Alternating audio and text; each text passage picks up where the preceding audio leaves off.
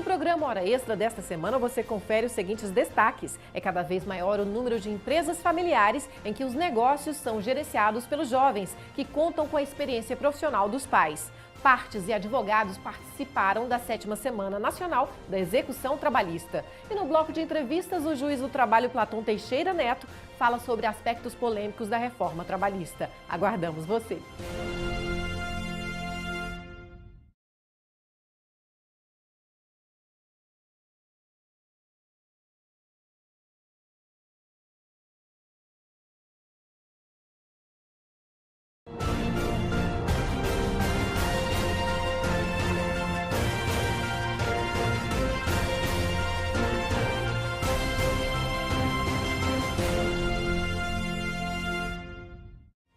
Está começando mais uma edição do Hora Extra e neste programa você confere as seguintes notícias. É cada vez maior o número de empresas familiares em que os negócios são gerenciados pelos jovens, que contam com a experiência profissional dos pais. Partes e advogados participaram da 7ª Semana Nacional da Execução Trabalhista, que incluiu na pauta de conciliação processos na fase de execução. E no bloco de entrevistas, o juiz do trabalho Platão Teixeira Neto fala sobre aspectos polêmicos da reforma trabalhista. O Hora Extra está começando agora.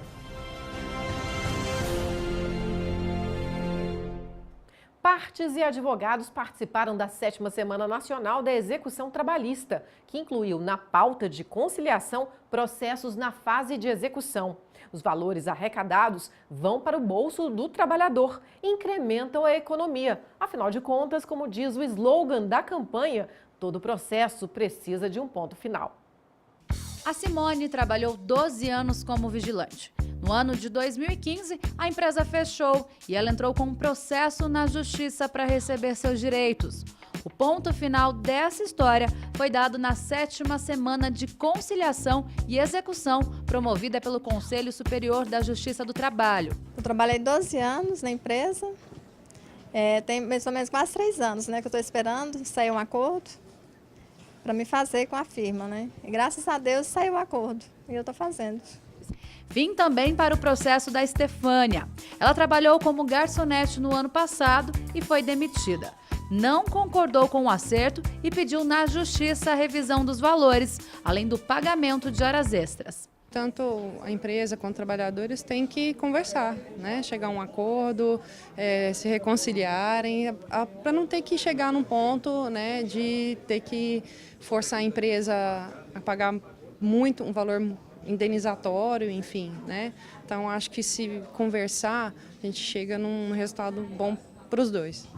Todos os processos que passam pela Semana de Conciliação da Execução já passaram por todas as fases de um julgamento e o juiz já definiu a sentença. O que acontece nessa audiência é um acordo de como será feito o pagamento. A sentença ficou indiscutível, mas nós criamos um ambiente informal aqui no Sejusc, Centro Judiciário, de conciliação, onde as partes podem repactuarem. Só que aqui, nesse caso, as duas partes têm que concordar. Aí pode sim ser alterada. Se a sentença mandou pagar 100 mil, as partes podem combinar um valor menor e justificar o porquê, mas a outra parte tem que aceitar. Aí é bilateral. É entre eles, nós agimos apenas como facilitadores. Somente aqui em Goiânia, 350 processos passaram pelas audiências de conciliação. E mesmo apesar do momento de crise que o país atravessa, o balanço é positivo, porque com as duas partes sentadas assim, frente a frente, é mais fácil chegar a um acordo que agrade todo mundo. A Justiça do Trabalho está aberta à criatividade da parte na solução do litígio. Prazo, bens, um pequeno desconto, porque acreditamos que a melhor justiça é a que é dada pelas partes, mesmo depois de um processo transitado em julgado. Para esse advogado que está representando o empregado, o acordo de conciliação traz agilidade para finalizar processos. E esse é o tema deste ano. Todo processo precisa de um ponto final. Chegando a um acordo é bom para ambas as partes, resolve a questão. O reclamante, no caso o empregado, ele recebe os valores que ele está pleiteando, que ele acha justo para ele receber e deixa de atrapalhar a justiça com vários processos, vai entupindo cada dia mais a justiça do trabalho, e o acordo para a gente é sempre bom, que já alivia a justiça do trabalho. Este outro, que representa o empregador, também é a favor da conciliação de execução, já que mesmo após a sentença do juiz, as empresas podem conseguir benefícios. É uma oportunidade boa para a empresa, tá? Para a empresa estar negociando esses valores, né? Até com a possível redução desses valores e questão de parcelamento também, né? E é interessante para a empresa a respeito disso, né? Pode ser parcelado também esses valores e não pagar tudo de uma vez conforme na execução.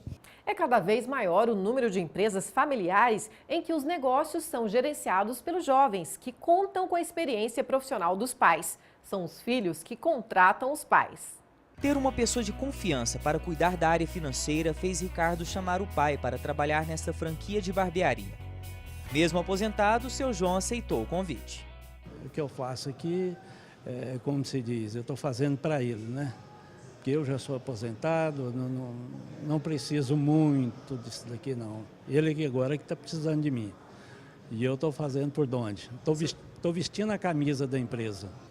Então, nesse começo, a gente pegou mesmo o pessoal de confiança, né? Então, aproveitei meu pai que estava aposentado, né? Falei assim, pô, não tem alguém melhor para cuidar do dinheiro do que ele e ainda olhar a casa enquanto eu estiver fora. E ele continuou, tá aí com nós até hoje, 3 anos de casa.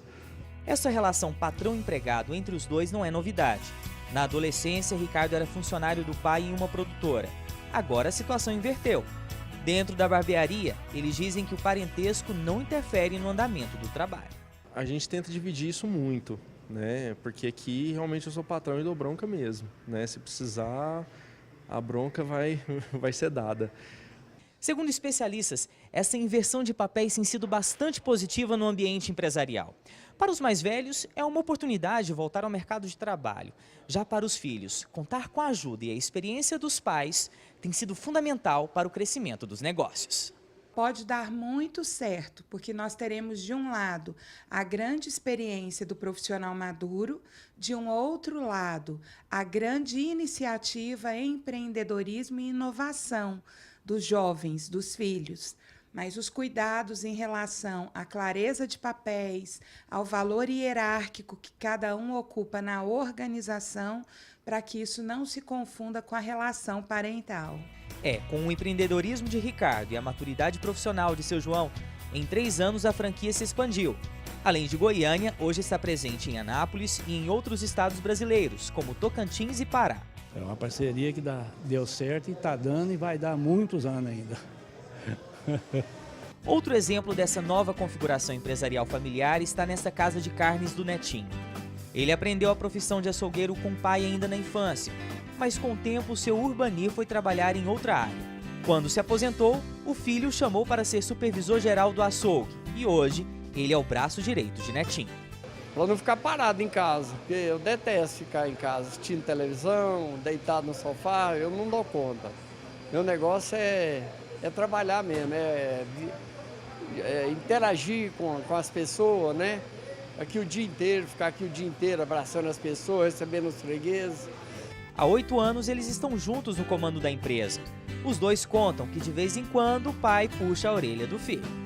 Meu pai, por exemplo, às vezes me chama a atenção. Ele é meu funcionário, mas aí ele usa o lado de pai. Por que é que um pai quer de mal para um filho? Jamais. Às vezes eu fico meio assim, mas eu só escuto. Quando passa o tempo eu vou ver, ele está certo. Ainda segundo essa coach de carreira, pais e filhos devem definir bem o papel de cada um na empresa, para que a relação familiar não seja prejudicada. A relação familiar ela é maior que a relação organizacional. E é importante que nós tenhamos compreensão daquilo que a psicologia sistêmica nos diz.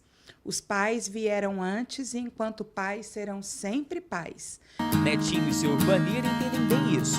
Todo dia, quando se encontram, antes de começar a trabalhar, fazem questão de se beijar e abraçar, porque sabem que o amor e o respeito devem prevalecer acima de tudo. No próximo bloco, o juiz do trabalho, Platão Teixeira Neto, fala sobre aspectos polêmicos da reforma trabalhista, como a regra que limita o valor da indenização por danos morais. Voltamos em instantes.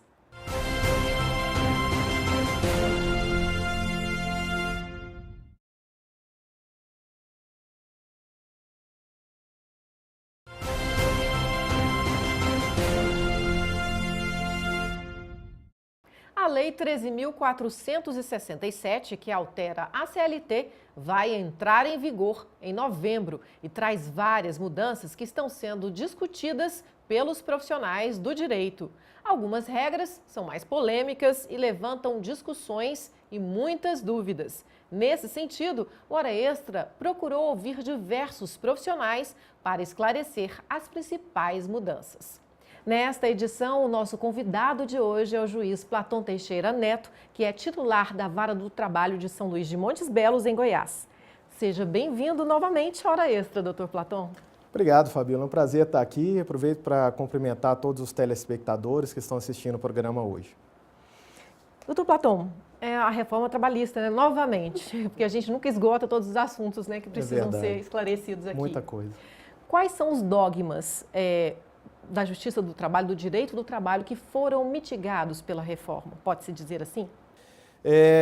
A gente poderia falar assim, alguns princípios que foram mitigados com a reforma. Um deles seria a proteção ao hipossuficiente.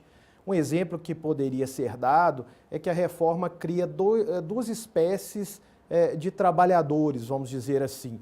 Aqueles que têm nível superior e ganham mais ou igual ao teto, duas vezes o teto da Previdência Social, conforme artigo 444, parágrafo único da nova CLT, eles vão ter uma situação especial na reforma. Eles vão poder negociar tudo aquilo que o sindicato pode negociar com o sindicato patronal. Então, os sindicatos trabalhadores, eles têm agora o poder de negociar muitas questões, conforme o artigo 611-A da CLT, e esses trabalhadores, nessas condições, que têm nível superior e ganham igual ou mais do que duas vezes o teto da Previdência, eles vão poder negociar diretamente e, assim, isso gera uma flexibilização dos direitos, o que é também preocupante, né, porque pode gerar aí até uma discriminação por sobrequalificação. Além disso, outros princípios foram também alterados aí com a reforma e algumas questões podem até vir a ser declaradas inconstitucionais. Uma delas é um dispositivo da nova CLT, que é o 611-B, parágrafo único, que diz que regras sobre duração do intervalo e repouso não são consideradas normas de saúde, higiene e segurança do trabalho. Para o direito do trabalho, sempre a jornada foi algo que pode afetar a saúde e segurança do trabalhador, né? Jornadas exaustivas podem afetar a saúde, podem inclusive causar acidentes. Então a reforma traz isso, mas a meu ver isso é inconstitucional. Então, algumas coisas da reforma que estão lá expressas na lei podem vir a ser declaradas inconstitucionais pelos tribunais e isso vai realmente impactar nos efeitos da reforma. Doutor Platão, uma das mudanças que mais está causando polêmica é a questão da limitação do valor dos danos morais, né, que passa a ser limitado e baseado no salário da vítima. Como é que é isso? Então, Fabíola, olha, essa é uma das questões mais polêmicas da reforma e, assim, é bastante controvertida, mas a doutrina que vem sendo formada já tende a considerar essa disposição como inconstitucional. E é bem possível que a jurisprudência também assim entenda. Por quê? A nova lei ela vem alterar a CLT, lá no artigo 223G, parágrafo 1º, diz que a reparação por dano extrapatrimonial ela varia conforme a ofensa, se de natureza leve, no mínimo 3 vezes o último salário do ofendido, e se de natureza gravíssima, até 50 vezes o último salário do ofendido. Primeiro, isso causa uma discriminação. Então, ali, se alguém da empresa, um superior hierárquico, causa, né, ou ele provoca um assédio moral, ou causa uma lesão no patrimônio moral daquele empregado, se ele atingir várias pessoas ao mesmo tempo, não há sentido que uma tenha uma indenização maior do que a outra, se a situação é a mesma. Então ele causa essa discriminação pelo salário e também limita a indenização que é possível. E já foi declarado pelo Supremo Tribunal Federal, no caso da lei da imprensa, né, a lei 5.250 de 67, ela foi considerada como não recepcionada pela Constituição de 88 e tanto o Supremo quanto o Superior Tribunal de Justiça têm entendimento de que é inconstitucional a tarifação do dano moral. Tem até a súmula 281 do STJ que fala que não pode haver essa limitação. Ou seja, a pessoa fica sem a reparação integral e, além de inconstitucional, por ferir a dignidade da pessoa humana, por representar um prejuízo à igualdade, né, conforme o artigo 5º, a meu ver é até inconvencional, fere as convenções internacionais, o Pacto de São José da Costa Rica, que exige uma proteção judicial para todos os trabalhadores. Então, a meu ver, a tarifação do dano moral é inconstitucional. Doutor Platão, agora a gente vai ouvir uma perguntinha de um telespectador, né? Legal. Que também tem dúvidas sobre a reforma. Vamos lá? Vamos lá.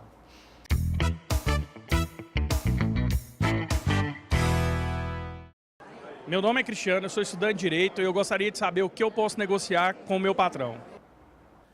Bom, Cristiano, a reforma trabalhista ela traz várias possibilidades, né, de negociação diretamente entre o empregado e o patrão. Uma delas é a possibilidade de parcelar as férias, né? Está lá no artigo 134, que havendo concordância do empregado, ele pode parcelar suas férias em até 3 períodos, desde que pelo menos um tenha 14 dias e o outro não seja inferior a 5 dias. Então ele pode parcelar esses dias de várias formas, observando um de 14 dias e o outro de no mínimo 5 dias. E aí o outro seria o restante das férias que ele tem.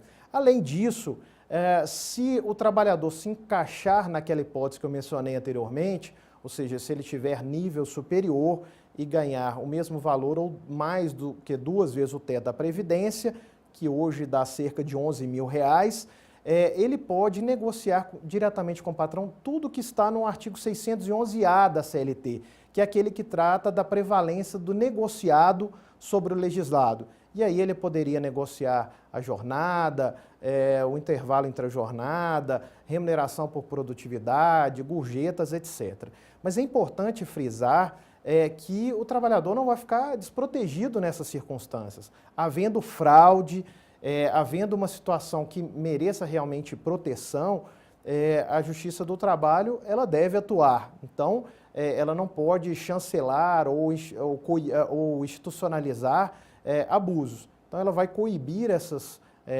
fraudes que podem existir. Tá? Então, havendo ali um vício de consentimento naquela tomada de posição do trabalhador, havendo ali alguma situação de nulidade, isso haverá de ser coibido pela Justiça do Trabalho. Ótimo, doutor Platão. Agora nós vamos para um rápido intervalo. Não saia daí. Hoje conversando com o juiz Platão Teixeira Neto sobre mais dúvidas ainda sobre a reforma trabalhista que entra em vigor em novembro. Não saia daí.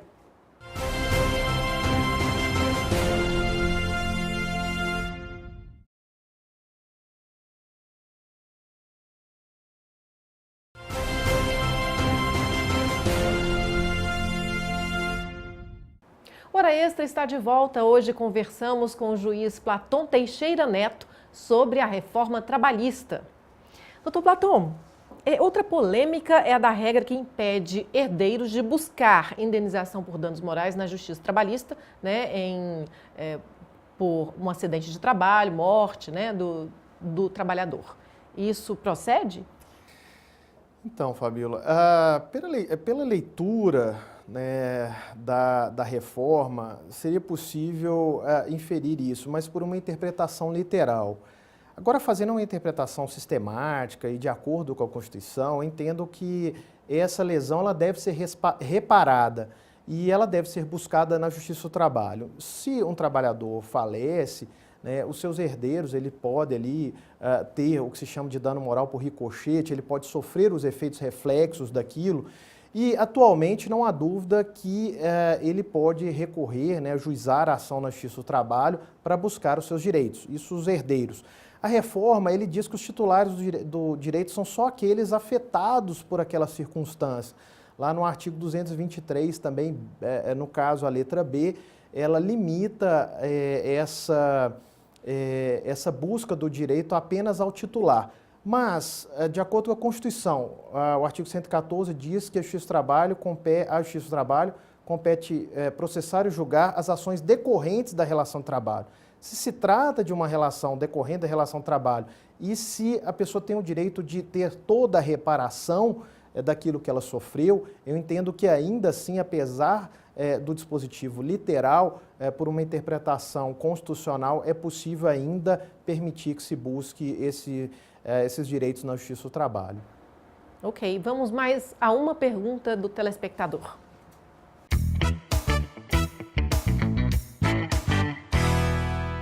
A reforma muda alguma coisa sobre o trabalho do autônomo?